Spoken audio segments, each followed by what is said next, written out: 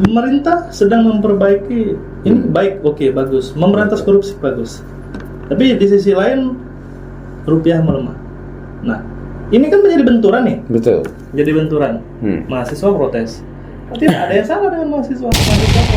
Apa yang salah dengan MBG? MBG menyebabkan korupsi. Seluruhnya bisa berpotensi terhadap korupsi. Iya kan? MBG itu akan menyebabkan korupsi. Artinya kan tata kelolanya. Mahasiswa itu hanya sebagai pengontrol pemerintah saja kita lihat. Iya, benar. Cobalah kita alihkan, mahasiswa harus menjadi lawan bagi korporasi-korporasi yang menindas masyarakat.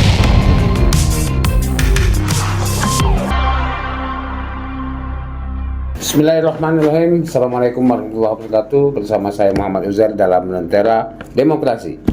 Baik, keadaan Indonesia semakin tidak baik-baik saja ya. Saat ini demonstran masih tetap berada di Jakarta. Banyak tuntutan yang sedang disuarakan oleh para mahasiswa. Kondisi ini seakan-akan semakin memburuk pada saat BBM naik, keadaan ekonomi juga melemah. Apakah ini akan terjadi hal-hal yang mungkin lebih dramatis ke depan, kita tidak tahu. Ya mungkin ini saatnya kita berbelasungkawa, tetapi ini juga menjadi sebuah sebuah keadaan yang perlu kita khawatirkan. Tapi bukan sekedar khawatir, tetapi inilah langkah kita untuk bergerak terus maju ke depan, untuk membangun Indonesia ini lebih baik, untuk memberantas segala persoalan-persoalan yang saat ini masih terus terjadi. Bukan dengan mengusir para mahasiswa, tapi mencarikan sebuah solusi-solusi yang tepat. Bagaimana Indonesia bisa terlepas dari keterpurukan yang saat ini sedang mengikat. Di samping saya sudah ada Hamdani Sumantri, Ketua GNP Tipikor Provinsi Sumatera Selatan. Selamat pagi, Bung. Sore. Pagi. Sehat ya? Kayaknya sudah jauh nih dari Thailand. Oh iya. Asik ya dari Thailand. Ini suasana sangat segar yang kita rasakan, bagian wajah yang berseri-seri, melihat dunia lain di situ. Ya mungkin sebenarnya sama saja dengan Indonesia ya. Tapi semoga Indonesia bisa menjadi lebih baik. Anda lihat ini apa yang sedang terjadi di bangsa kita ini, sehingga para mahasiswa banyak ribut. Ya mungkin sepertinya tidak terjadi di Sumsel ini ya. Riaknya tidak terlalu besar. Anda lihat bagaimana? Ya, kalau saya memandang permasalahan ini tidak hanya dari sisi kita sebagai masyarakat, tapi juga melihat bagaimana dari sisi pemerintahnya kan. Jadi memang kita sebagai intelektual atau sebagai organisator harus memahami ini secara benar. Kenapa? Kita melihat kondisi negara ini, ekonominya bisa dikatakan sedang terpuruk, tetapi dalam keadaan pemerintahnya juga sedang berupaya sekeras mungkin untuk memberantas korupsi. Ya kan? Kan itu menjadi suatu keanehan. Ini kita bisa protes, kita bisa emosi kita memuncak ketika memang pemerintah itu korup. Pemerintah korup, kemudian ekonomi kita hancur. Oke, kita emosi, marah kita ke pemerintah. Tapi yang menjadi pertanyaan, presiden kita hingga hari ini memang benar-benar memaksimalkan kinerja untuk pemberantasan korupsi, untuk membenahi tata kelola negara ini ya menjadi rapi agar tidak terjadi kebocoran-kebocoran dalam ya seperti pengelolaan dalam hal ekspor impor sawit dan lain-lain. Itu kan pemerintah saat ini sedang memperbaikinya. Tapi kenapa bisa terjadi gejolak di dalam negeri ini kan? Saat ini adik-adik mahasiswa protes karena nilai rupiah yang anjlok kayak gitu kan. Kemudian memprotes soal MBG. Meningkat itu sebenarnya. Kemudian dari 16 ke 18 gitu kan. Ya, kemudian protes soal MBG ya kan, kemudian juga soal film Pesta Babi dan lain-lain. Ya, saya juga memandang ini bukan hal yang salah. Karena memang sebagai mahasiswa mereka mempunyai hak sebagai social control terhadap pemerintah. Dia juga berhak untuk mengingatkan bahwa pemerintah tidak boleh salah dalam mengambil tindakan gitu. Jadi sebenarnya ini berada dalam yang memang sama-sama sedang ingin memperjuangkan negeri ini untuk lebih baik. Tapi kenapa seolah menjadi benturan-benturan keras antara pemerintah dengan mahasiswa? Nah, gitu. itu yang jadi pertanyaan. Oke. Jadi seakan-akan yang salah ini kok pemerintah, padahal sudah ada niat baik, sudah ada gerakan yang sistematis yang dilakukan. Benar. Anda lihat ini? Kalau saya memandang, karena saya bergerak di bidang pengawasan tindak pidana korupsi, ya kan, saya merasakan betul bahwa memang banyak kepentingan-kepentingan, baik kepentingan korporasi dan elit-elit, baik elit-elit di negara kita maupun elit-elit global yang mempunyai kepentingan terhadap Indonesia, sumber daya yang ada di dalam itu negara Indonesia. Jadi ketika memang pemerintah itu bagi mereka ini membahayakan, ya kan, menjalankan sistem ini membahayakan mereka, bahwa mereka mempunyai tujuan ingin mengeruk sumber daya kita dengan cara yang mudah, ya kan, ingin menghabisi sumber daya kita, tapi ada penghalang nih, pemerintah ini. Kenapa? Karena yang tadinya mereka bisa apa bahasanya ya? Mengakses dengan mudah, punya izin mudah, manipulasi data, ya kan, melakukan manipulasi. Jumlah yang mereka ekspor sekian, ternyata faktanya beda. Jadi itu kebocoran-kebocoran yang terjadi, sehingga negara kita mengalami kerugian. Nah, mungkin di balik itu karena pemerintah merubah sistem itu, wah ini pemerintah bisa mengganggu tujuan kita. Mungkin mereka bisa jadi yang membangun konflik, ya kan, di dalam negeri ini. Itu menurut sudut pandang saya. Jadi tidak serta-merta mahasiswa salah atau pemerintah itu semuanya salah, enggak. Ada benarnya, ada yang perlu kita dukung, ada yang juga memang perlu kita kritik. Kita harus objektif di situ kan. Karena Anda tadi melihat dari sisi korporasi, berarti yang punya kepentingan sehingga seakan-akan turut campur nih. Bisa jadi. Saya memandang karena di Sumatera Selatan ini, dari kasus-kasus pendampingan masyarakat yang saya lakukan, dan saya tidak pernah menabrak tuh pemerintah. Tapi saya mengingatkan bahwa masyarakat yang saya dampingin adalah rakyat kamu, gitu kan. Bupati, gubernur, saya selalu ingatkan. Saya selalu tag dalam setiap postingan media berita yang kami buat. Kami selalu tag mereka bahwa ini masyarakat kalian yang kami dampingin, yang seharusnya membela masyarakat ini kalian, bukan kami. Kenapa kami NGO ini yang mati-matian seolah-olah kami jadi DPR yang memperjuangkan masyarakat? Yang seharusnya ketika masyarakat terzolimi, tertindas, itu DPR itu yang turun membereskan itu. Kok sekarang DPR seolah-olah telinganya tertutup, matanya tertutup, nggak bisa mendengar dan nggak bisa melihat, gitu. Dan rata-rata di Sumatera Selatan ini banyak sekali kejahatan yang dilakukan oleh korporasi. Misalnya kejahatan lingkungan, ya, perusahaan-perusahaan batu bara tuh banyak lubang tambang yang terbengkalai yang tidak ditutup. Kemana itu?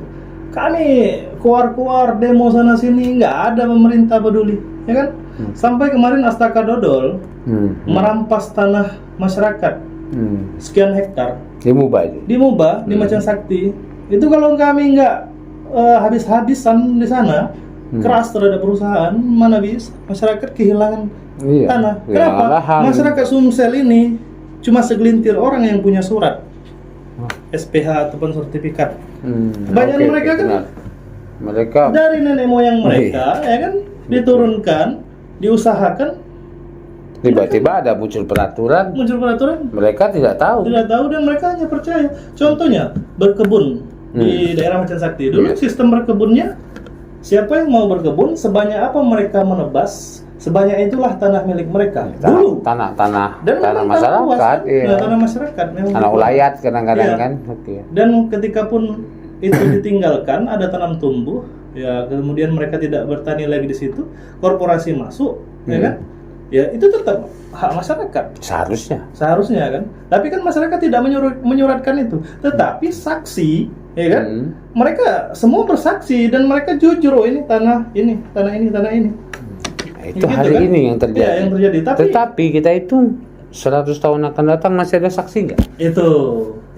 Nah, tapi masyarakat kita belum disadarkan tentang pentingnya ini tadi pentingnya mereka punya surat tanah, surat usaha dan lain-lain. Seharusnya kan pemerintah itu. Nah, seharusnya kan yang mengakomodir itu kan pemerintah. Betul. Ayo masyarakat, kalaupun sulit untuk membuat sertifikat, minimal di SPH kan tanah masyarakat. Ya, minimal kan. Atau kalau ada tanah yang nganggur dibagi-bagi ke masyarakat. Ini didiamkan, kemudian diberikan konsesi untuk perusahaan. Kayak gitu. Masyarakat dibiarkan. Konsesi itu bukan 1 tahun, 2 tahun, 30 tahun, 50 tahun. Setelah itu datang, seharusnya itu dibebaskan, ya kan? Ada kompensasi untuk masyarakat. Tetapi dirampas dengan cara-cara mereka. Nah, oke. Balik ke mahasiswa tadi. Ketika kita bicara tentang korporasi, berarti kalau di masa dulu, masa mungkin masih mahasiswa gitu kan, kesadaran berpikir itu karena desakan ini. Nah, sekarang ada fenomena yang agak aneh gitu, ketika mahasiswa ini ternyata kok mendobrak pemerintah yang sedang giat-giatnya melakukan pemberantasan korupsi, membuat reforma agraria, kok sekarang demonya kebalik nih, Bas? Ya enggak. Jadi kan kita lihat enggak hanya isu tentang pemerintah yang sedang memperbaiki tata kelola kenegaraan kita aja. Ada isu soal MBG, ya. Betul itu. Itu kan yang dilakukan pemerintah semua untuk memperbaiki kadar gizi. Soal apa tadi? Itu rupiah yang melemah. Kan itu. Jadi ya pemerintah sedang memperbaiki ini baik, bagus. Memberantas korupsi bagus. Tapi di sisi lain rupiah melemah. Nah, ini kan menjadi benturan nih. Betul. Jadi benturan. Mahasiswa protes. Tidak ada yang salah dengan mahasiswa. Mahasiswa protes itu. Tapi kan protesnya juga harus cerdas. Tidak sekedar emosional. Mengutamakan emosi, kemudian intelektualnya dikebelakangkan, membubarkan diskusi dan lain-lain. Mahasiswa tidak harus seperti itu. Di zaman kami, ketika KPK itu dilakukan pelemahan, kan? Kami demo ke DPR. Kami tetap berdiskusi dengan dengan DPR, tidak mengusir DPR, pergi kalian, penting, tidak penting, tidak seperti itu. Tetap mengutamakan diskusi, demokrasi kita utamakan. Sehingga memang pada saat itu ya tidak menunjukkan bahwa mahasiswa itu kualitasnya rendah. Bukan, saya pikir artinya ada politik adu domba. Nah, saya ingin menarik ke sana, tetapi biar ini masyarakat berpikir sendiri, ya kan? Kenapa?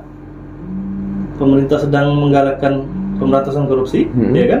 Kok ekonomi kita diperlemah? Dan seharusnya kan ini kan ekonomi kita naik nih, karena kita memperbaiki tata kelola negara kita. Penegakan hukum. Itu mahasiswa protes diisukan kepada hal-hal yang sifatnya tidak urgensi. Kenapa? Bahkan membubarkan MBG. Apa yang salah dengan MBG? MBG menyebabkan korupsi, seluruhnya bisa berpotensi terhadap korupsi. Ya kan?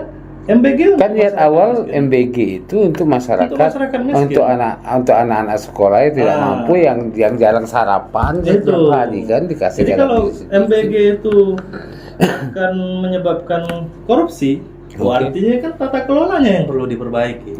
Bukan MBG-nya yang dihapuskan. Harusnya yang korupsi yang ditangkap gitu kan. Gitu kan. Kemudian pertama naik ribut-ribut.